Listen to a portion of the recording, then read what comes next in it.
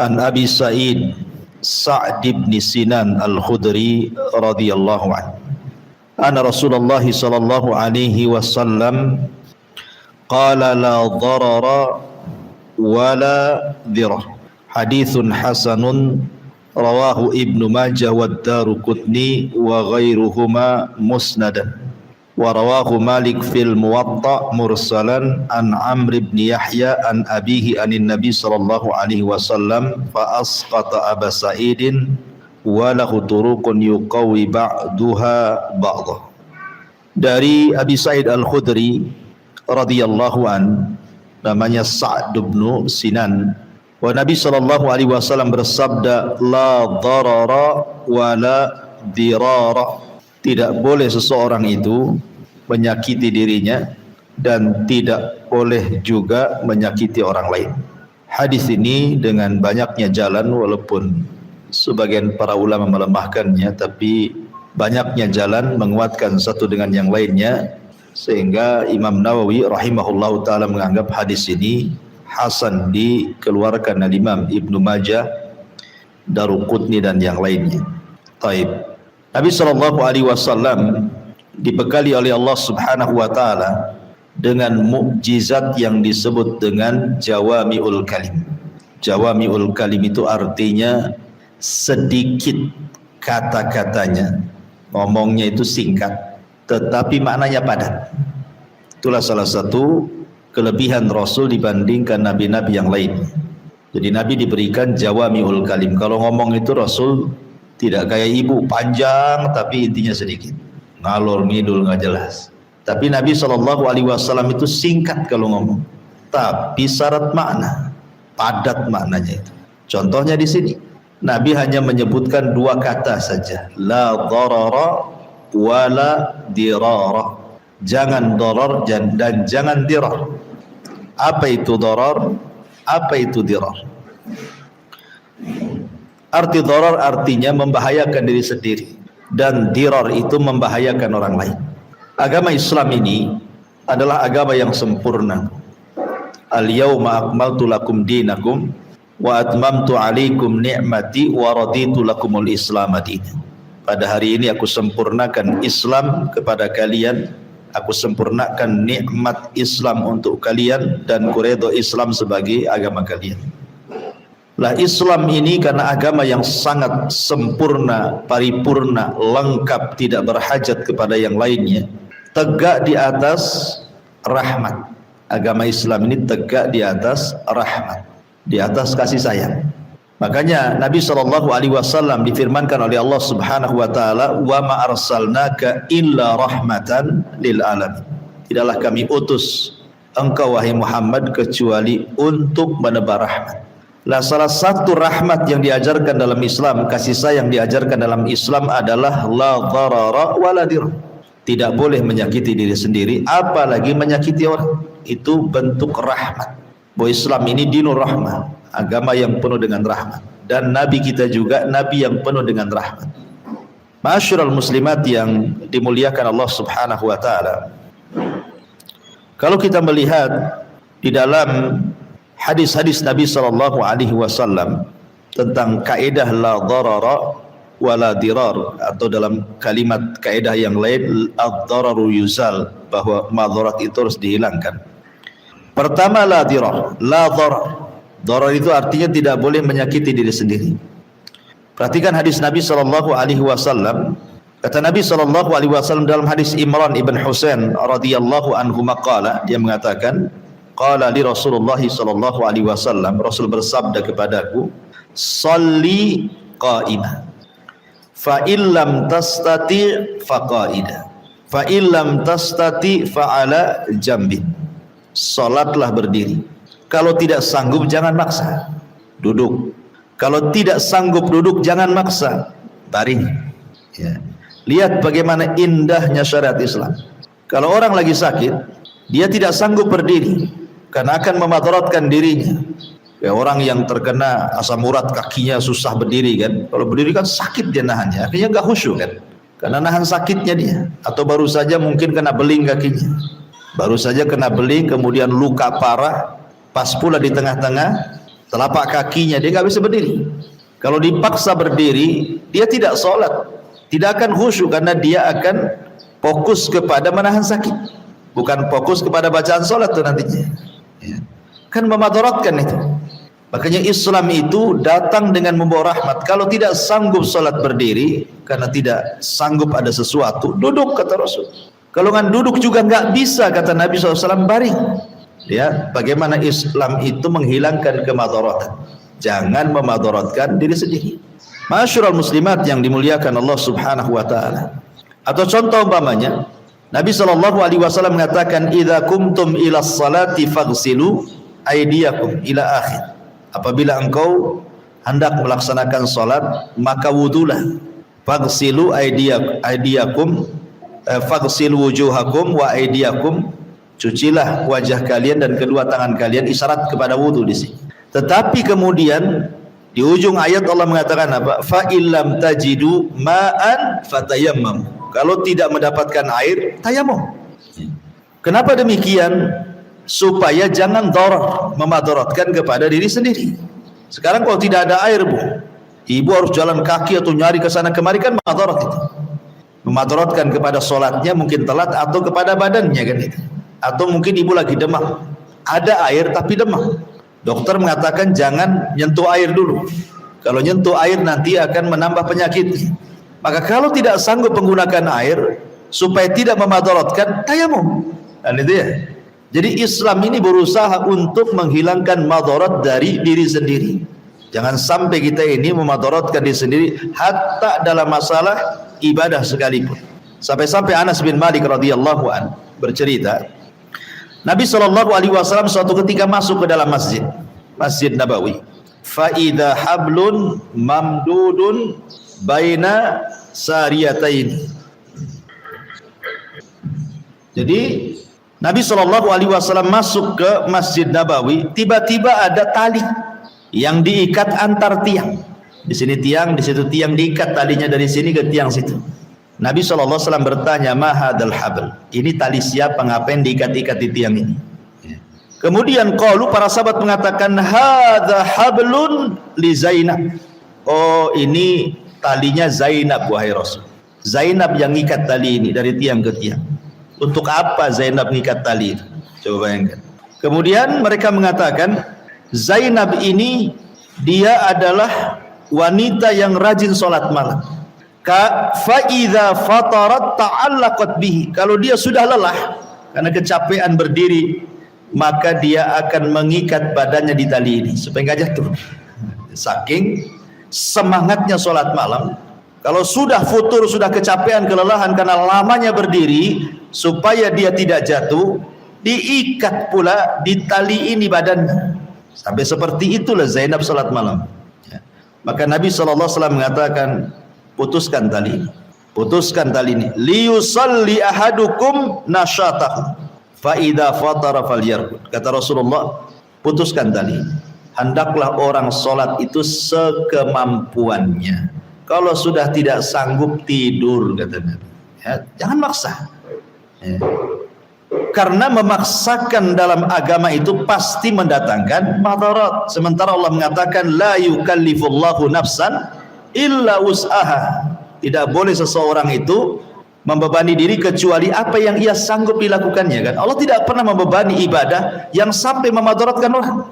Kata Nabi SAW, seseorang itu sholat hendaklah sesuai dengan semangatnya. Kalau sudah malas, tidur, nggak usah dipaksa-paksa, nanti madarat. Imam madarat kepada sholatnya, dia ngantuk, akhirnya harusnya baca Fatihah, Allah pula dibaca.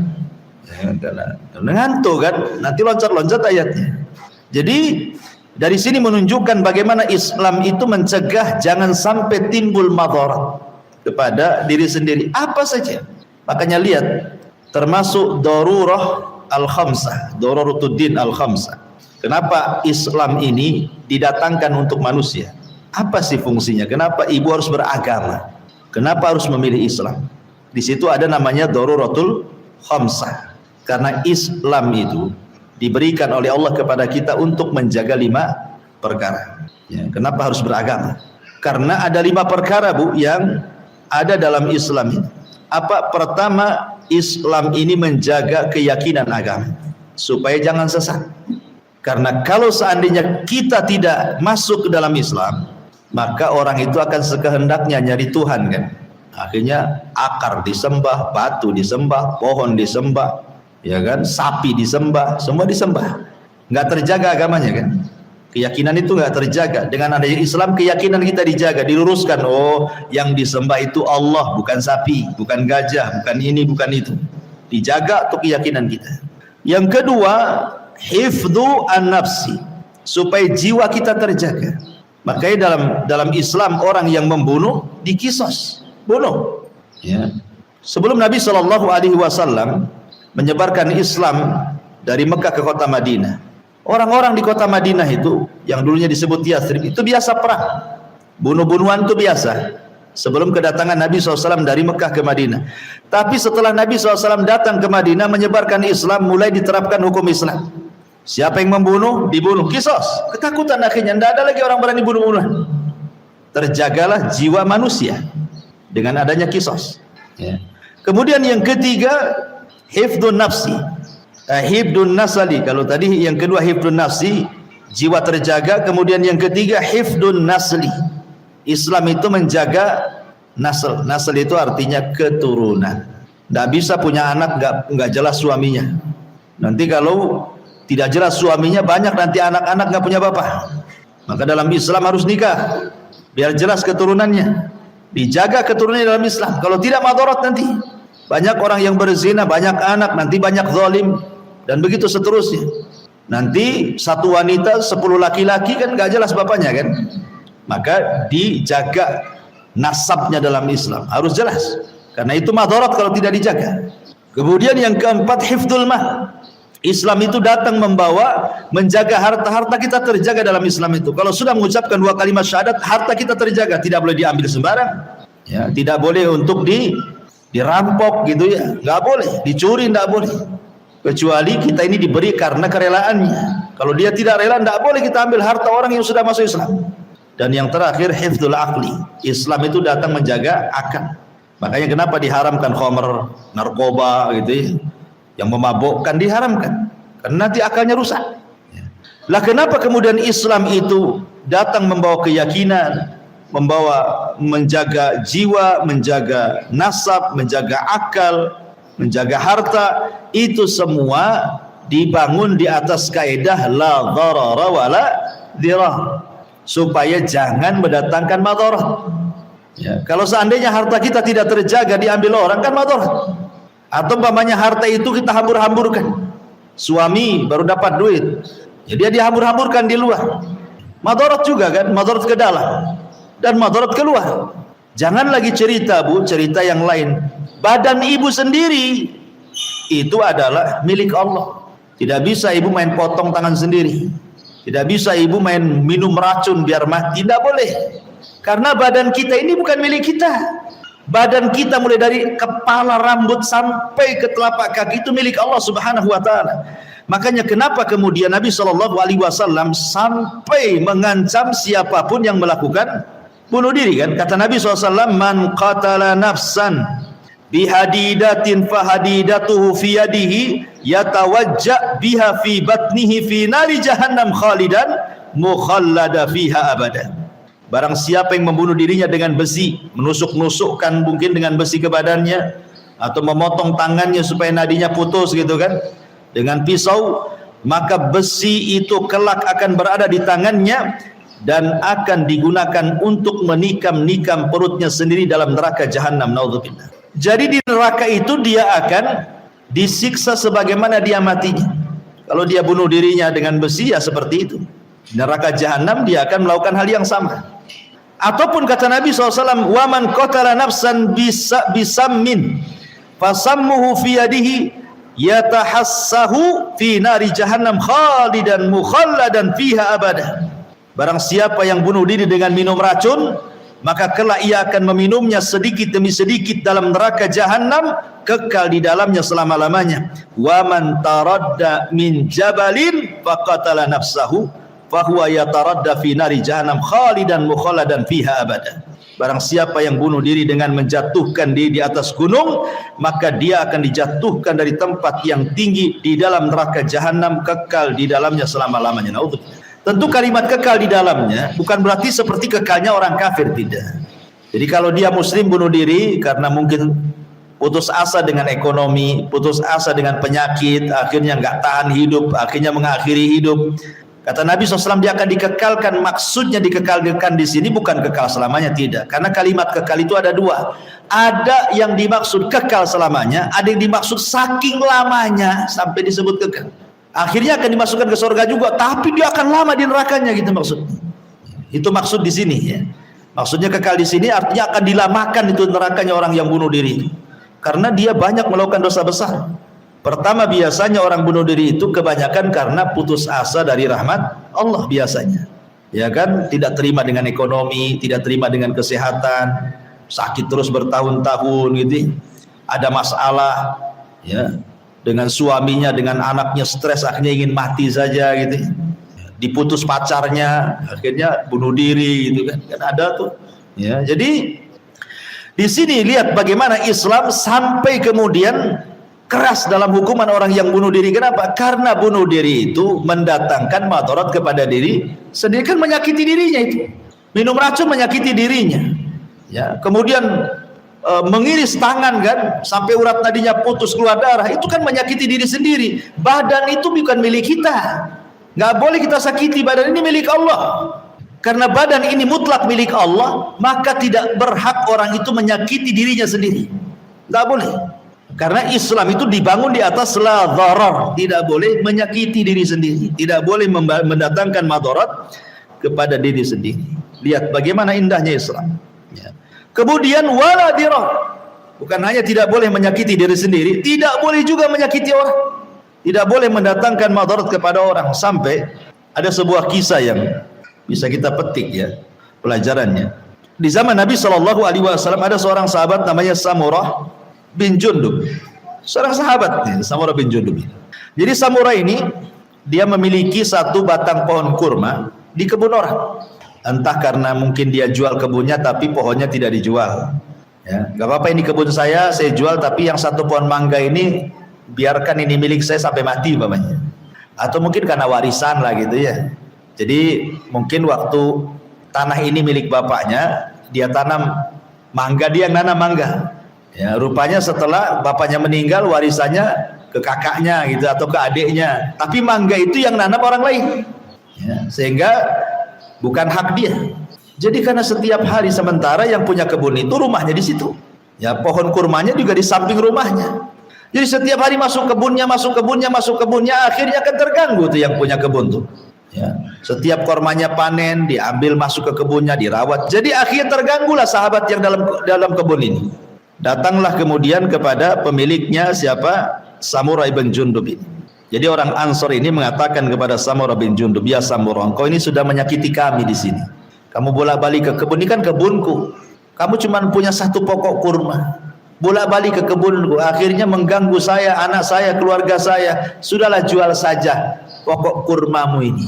Kata Samurah, tidak mau. Ya. Kalau tidak mau dijual, ya pindahkan saja. Nggak mau juga. Nah, ini gimana nih? Dijual tak mau, dipindah pun tak mau. Maunya apa ini kan? Akhirnya dilaporkanlah kepada Nabi jadinya. Ya. Orang Ansor ini ngelapor kepada Nabi SAW. Kemudian Rasul memanggil Samurah ini. Samurah, sebaiknya kau hibahkan sajalah. Rasul merayu gitu ya. Kasihkan saja, hadiahkan sajalah pokok kurma itu ke orang ini. Kata Samurah, tidak mau. Kalau begitu jual sama dia. Nggak mau juga. Kalau begitu pindahkan. Tak mau juga. Oh, ini cari masalah ya. Dikasih nggak mau, dijual tak mau, suruh pindah pun tak mau. Maka Rasul, innaka rajulun mudhar. Kau ini memang mau menyakiti orang aja hidupnya gitu. Ya. Orang sepertimu ini mau menyakiti orang. Maka Rasul mengatakan, sini kamu sahabat Ansar. Ya. Dia tidak mau menghadiahkan kepadamu. Dia tidak mau menjual kepadamu. Mindah pun tak mau. Kalau gitu kau cabut, kau buang tuh pohon kurma. Sama Nabi. Bayangkan. Akhirnya Rasul mengatakan, cabut saja pohon kurma itu, campakkan terserah di mana. Kemudian Rasul menghadap Samurah, innaka rajulun mudhar. Kau ini hanya hendak menyakiti orang saja. Lihat bagaimana Nabi SAW itu kan sudah persuasif, artinya sudah berusaha cari yang terbaik kan, karena bagaimanapun dia seorang nabi, seorang rasul, seorang hakim, ya. Makanya Rasul mau mencari yang terbaik, karena ini kan bolak-balik ke kebun orang, ganggu jadinya kan. Makanya Rasul pengen yang terbaik. Coba bayangkan, kasih 3 pilihan sama Nabi, suruh dihadiahkan, tak mau juga kan itu. Disuruh dijual, kalau mama dihadiahkan rugi umpamanya kan, ya dijual kan dapat untung dia, jadi nggak rugi kali. Atau dipindahkan ke kebun dia. Nah, kurang apa itu bijaknya Nabi SAW juga. Tapi kemudian Samurah bin Jundab tak mau pula gitu. Makanya kemudian Rasul mengatakan kepada orang Ansor, ini Samurah ini udah nggak beres, cabut aja lah, campakkan aja lah pohon kurma itu. Lihat bagaimana Islam mengajarkan la dhirar, jangan menyakiti orang. Ini nyakiti orang. Pamannya ibu bertetangga nih, ibu bertetangga, tong sampahnya punya tetangga sebelah. Nah, ibu selalu nitip sampah ke sebelah gitu. Ya kalau sampah kering mungkin enak, sekali sampah basah bau busuk lagi kan. Enak di ibu atau enak di tetangga tuh? Enak di ibu lah. Dia depan dia ininya kan, tong sampahnya, kalau masuk dia dulu yang nyium. Ibu yang punya sampah dia pula yang nyium baunya. Jangan kasih madarat orang. Ini sama dengan kejadian Samurah bin Jundab jadinya kan, termasuk meletakkan parkir depan rumah. Nah, ini kan hati-hati ya. Jangan masuk dalam kaidah la dhirar, membahayakan orang atau merugikan orang atau menyakiti orang. Ma'asyiral muslimat yang dimuliakan Allah Azza wa Jalla, lihat contoh yang lain umpamanya Allah Subhanahu wa taala berfirman, la tudaru walidatun biwaladiha wala mauludun lahu biwaladihi wa 'alal warithi mithlu dzalik. Tidak boleh seorang ibu menyakiti anaknya, tidak boleh juga seorang ayah menyakiti anaknya. Maksudnya apa? Terkadang ada suami istri itu bercerai, Bu. Suami istri bercerai, akhirnya rebutan anak. Ya, rebutan anak, gara-gara rebutan anak nih. Akhirnya kemudian istrinya sampai mendoktrin anak-anaknya, oh bapakmu itu orang jahat, karena kalau bisa dibencikan kemudian anak ini ke bapaknya. Kemudian bapaknya kalau ketemu anaknya sama juga, ibumu itu nggak beres. Yang rugi siapa? Kan anaknya nih. Anaknya masih kecil didoktrin dengan perkara-perkara, suruh didendamkan dengan ibunya atau didendamkan dengan bapaknya kan. Maka kemudian Allah mengatakan la tuzaru, jangan bawa madarat seorang ibu kepada anaknya. Begitu juga jangan bawa madarat bapak kepada anaknya. Kalau sudah cerai baik-baik saja lah kan gitu. Gimana bicarakan anak itu? Apakah ikut bapaknya atau ikut emaknya kan begitu? Kalau tidak bisa ke mahkamah. Nanti kan pengadilan nanti akan memutuskan dia berhak ikut siapa kan gitu. Apakah ikut ibunya, apakah ikut bapaknya? Kalau memang ikut ibunya, maka bapaknya tetap harus bertanggung jawab dengan anaknya, karena tidak ada mantan anak. Kalau mantan istri ada, kalau mantan anak enggak ada. Berarti walaupun anak itu tidak ikut bapaknya, 100% tanggung jawab bapaknya. Ya, sebagaimana ketika dia masih bersama istrinya, dia memberikan nafkah begitu kepada anaknya, maka ketika cerai pun dia harus tanggung jawab. Karena pisahnya suami istri itu hanya bicara soal putusnya akad nikah, itu saja, nggak lebih dari itu ya. Hanya putus akad saja kan. Kalau orang bercerai kan hanya putus akad saja, nggak lebih daripada itu ya. Terkadang gara-gara perceraian akhirnya musuh-musuhan tuh. Maka tirulah seorang sahabat ada di zaman Nabi SAW. Saya lupa namanya sahabat ini. Sahabat ini tukang kawin juga. Ada juga sahabat yang tukang kawin, istrinya sampai 15. Kawin cerai gitu ya. Sampai 15 tuh. Ya, saya lupa sahabatnya. Tetapi semua rukun. Tidak ada dendam, walaupun habis cerai nggak ada dendam. Jadi apabila datang ke walimah, ya, istri-istrinya pun datang, mantan-mantan istrinya datang. Itu kalau selesai walimah, nanti mantan-mantan istrinya berjajar. Ya, kemudian sahabat ini keluar, didoakan, marhaban wahai mantan suamiku, marhaban. Nggak ada dendam itu, bayangkan. Karena di kalangan sahabat cerai itu biasa, bukan apa-apa. Ya memang nggak jodoh selesai kan gitu ya. Bukan perkara besar kayak kita ini. Goro-goro cerai sampai kemudian ribut satu kampung gitu ya. Kemudian bencinya 7 turunan. Nengok wajahnya saja mau muntah. Subhanallah ya kan. Nggak begitu. Ya, jangan kasih madarat. Kalau sudah selesai kan cuma putus akadnya saja, apa masalahnya? Baik-baikan saja kan gitu. Anggaplah nggak ada masalah. Pernah dia jadi istri saya atau pernah dia mantan suami saya, sudah sebatas itu saja. Jangan mudah dibesar-besarkan. Sebab sudah jadi orang lain. Kalau ibu menggibah seperti menggibah orang lain jadinya kan, dosa jadinya. Jadi Islam itu sampai mengatur urusan itu supaya jangan ada dharar, jangan ada dirar. Jangan membahayakan diri sendiri atau orang lain, menyakiti diri sendiri atau orang lain, merugikan diri sendiri atau merugikan orang lain. Begitulah indahnya Islam. Islam itu indah. Ya. Bahkan dalam perceraian juga Allah mengatakan, "Idza talaqtumun nisa fabalagna ajalahunna faamsikuhunna bima'ruf aw sarrihuhunna bima'ruf wa la tumsikuhunna diraran lita'tadu wa man yaf'al dzalika faqad dzalama nafsah." Apabila kalian hendak menceraikan istri-istri kalian, kemudian sudah sampai waktunya, faamsikuhunna bima'ruf aw sarrihuhunna bima'ruf. Kalau engkau tidak suka dengan pasanganmu, ceraikan dengan baik atau tahan dengan baik. Artinya lanjutkan rumah tangganya tapi perbaiki. Kalau sudah tidak suka, ceraikan. Jangan digantung. Ya.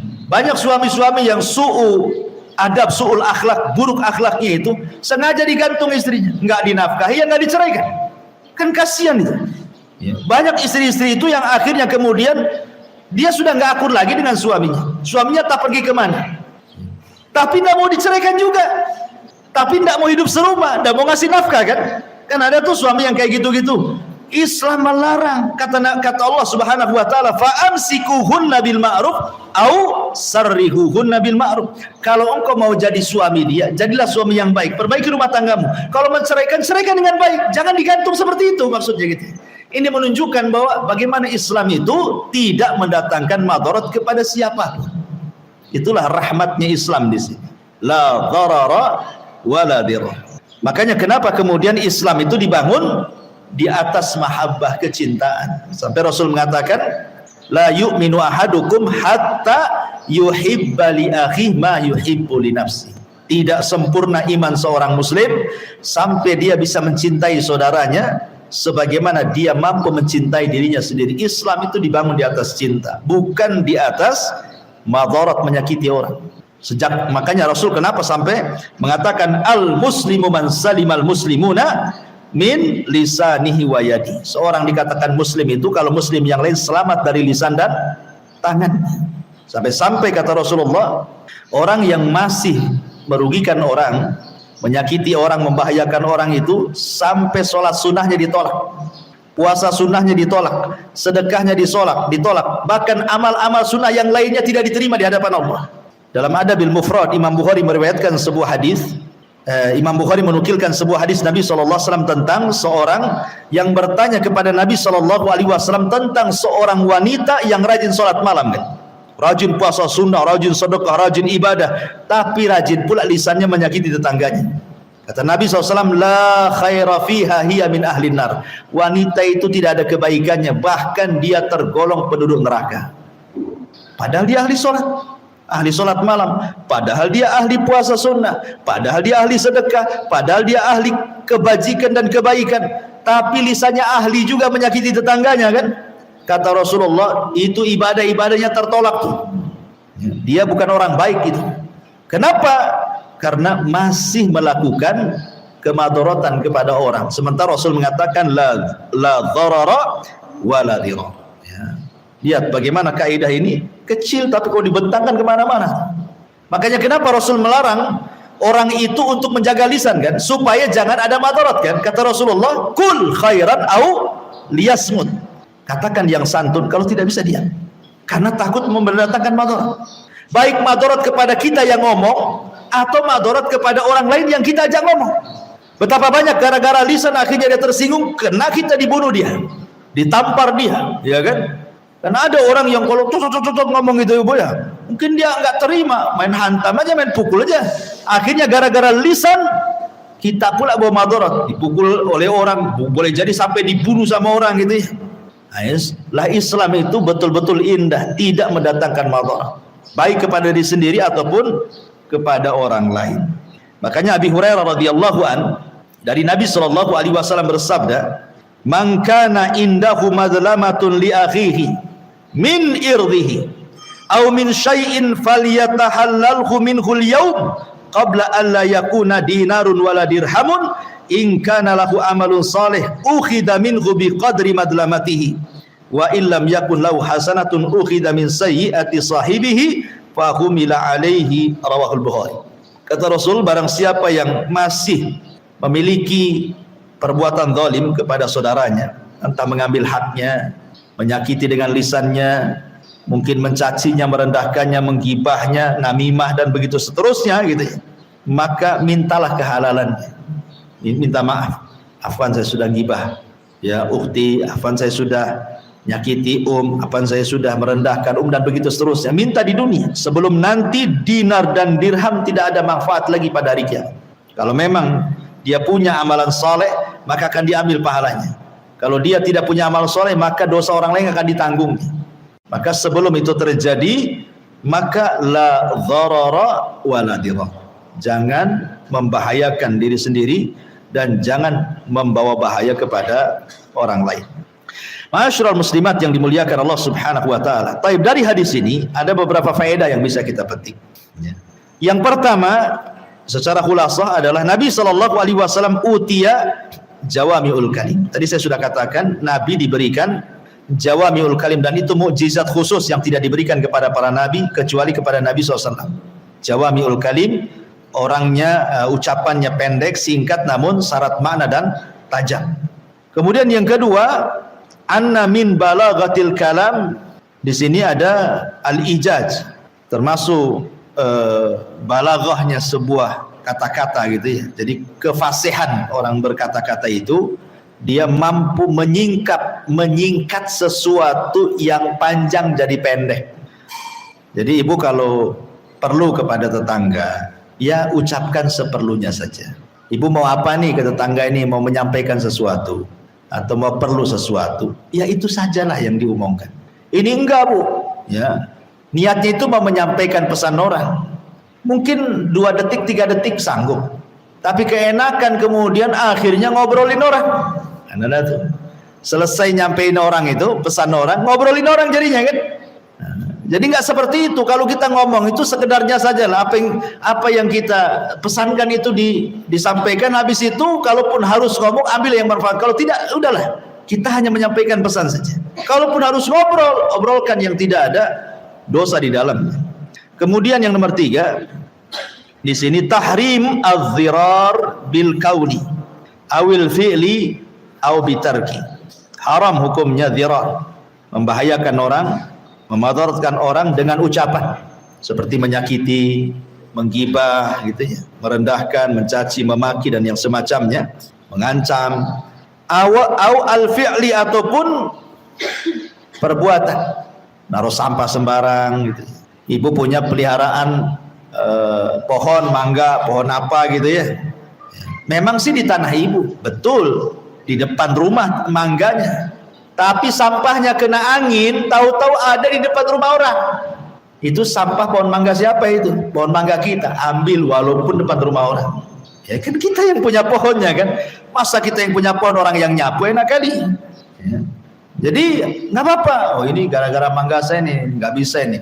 Kalau nampak bu, kalau pohon ini kedepannya makin memadaratkan, membahayakan, pangkas saja. Karena madarat itu harus dihilangkan. Ini bahaya nih, lama-lama nih kalau pohon ini besar ini nanti tidak hanya ke tetangga nih, nggak bisa nih. Langsung gitu, maksudnya cerdas gitu ya. Jangan datang madaratnya baru kemudian bertengkar, kemudian dipatahkan, nggak gitu Islam itu. Islam itu harus mencegah madarat sebelum datangnya, setelah datangnya, ya. Dan juga Islam itu mengobati madarat itu sendiri. Sebelum datangnya sudah harus dicegah tuh. Ini pohon ini kalau sudah besar nih bahaya nih. Potong aja lah, nah gitu ya. Kan belum terjadi, tetapi akan terjadi itu karena ibu sudah tahu nih prediksinya ke sana tuh. Hilangkan, walaupun belum terjadi, apalagi sudah terjadi. Ya. Karena Islam itu tidak boleh mendatangkan madarat. Au bitarki, ataupun dengan cara meninggalkan. Tiba-tiba saja ibu tidak mau ngomong, nggak ada sebabnya. Ya, tahu-tahu nggak mau ngomong saja pokoknya. Ya orang kan curiga, ada apa dengan saya? Kenapa dia kok kayak gitu ya? Karena harus ada alasan. Orang tidak bicara meninggalkan orang kan kenapa? Boleh jadi mungkin dia jahat, kita tinggalkan gitu ya. Boleh jadi dia kurang akhlak, kita tinggalkan, kita cari yang baik. Harus jelas, ini tanpa ada sebab main tinggalkan saja kan. Nah, itu kan penasaran, oh, ada apa dengan saya? Nanti hatinya tersiksa, jangan-jangan saya ada salah, padahal sebenarnya tidak ada gitu. Dan ini juga perlu manajemen hati sebenarnya, karena terkadang bu, perkara-perkara rumah itu terkadang tetangga yang kena rempet tuh. Tetangga punya nggak masalah, ibu ada masalah dengan suami, kena pula tetangga akhirnya. Kadang-kadang seperti itu. Kemudian juga yang selanjutnya adalah tahrimudz dharari wadh-dhirari bil udwan 'alal ghairi bin nafsi awil mali awil irdi mubasyaratan au tasabbuban. Haram hukumnya mendatangkan madarat kepada diri sendiri atau madarat kepada orang lain, baik dengan cara al-udwan, adanya permusuhan dengan orang lain, ya, baik mengenai jiwa, harta, kehormatan secara langsung atau menjadi penyebab orang mendapatkan madarat. Biasanya kalau secara langsung tidaklah, kebanyakan ibu-ibu itu jadi sebab. Contoh, ada orang yang datang, kawan ibu curhat ke ibu soal rumah tangganya, ya, soal rumah tangganya. Kadang-kadang ibu ini nggak tahu ya, asal ngomong saja, sudahlah cerai saja. Oh, laki-laki banyak kok. Kan itu. Dia nggak melihat maslahatnya, dia nggak tahu masalahnya apa, hanya satu kuping aja dari istrinya. Kan ibu belum pernah dengar dari suaminya kan. Dengar satu kuping aja udah main jawab itu. Aduh, suami Ati ini memang nggak pantas sama Ati. Ya. Baru satu kuping udah main fatwa gitu ya. Itu kan penyebab madarat namanya. Jangan, ya, jangan jadi penyebab gitu. Kemudian juga tahrimudz dharari biman'il huquq, ya. Haramnya mendatangkan madarat kepada orang lain terkadang dengan cara mencegah hak yang harus diberikan. Seperti suami tidak bertanggung jawab kepada istri, tidak ngasih nafkah, lahir ya kan, nggak pernah dikirim, nggak pernah kerja, nganggur gitu. Kadang-kadang istrinya pula yang kerja. Nah, seperti itu juga. Atau mungkin juga suami udah capek-capek kerja gitu kan, ya, tapi istri tak paham juga dengan suaminya. Harusnya, oh ini suami capek nih, nah, ini perlulah saya walaupun tak pandai urut pun, saya coba-coba diurut lah. Ini ndak beli jamu, minum aja bang, nanti hilang tuh capek. Jadi kadang-kadang istri nggak tahu diri itu kan, udah suaminya capek lelah, nampaklah lelahnya itu. Tidak, biasa saja, nggak berusaha supaya menyenangkan hatinya. Itu memadaratkan suami namanya. Kemudian juga di sini wujubu izalati dharari, wajib wajib hukumnya menghilangkan madarat, itu wajib hukumnya. Jadi bukan sunnah, wajib. Ya, nggak boleh madarat itu ada terutama kepada orang lain. Kemudian juga tahrimu ma yadurru bihil insan nafsahu aw malahu aw irdahu, haram hukumnya apa-apa yang memadaratkan manusia, mungkin mengancam jiwanya, mengancam hartanya ataupun kehormatannya. Kemudian al-farqu bainadz dharar wa dhirar, perbedaan antara dharar dan dhirar. Sekali lagi, kalau dharar menyakiti diri sendiri, kalau dhirar artinya menyakiti orang lain. Dan di sini menunjukkan bahwa agama ini adalah dinu as-salamati. Agama ini adalah agama keselamatan. Islam itu agama selamat. Ya, jadi tidak boleh menyakiti orang lain atau menyakiti diri sendiri, karena agama itu dinus salamah, agama keselamatan. Al muslimu man salimal muslimuna min lisanihi wa yadihi. Wallahu alam.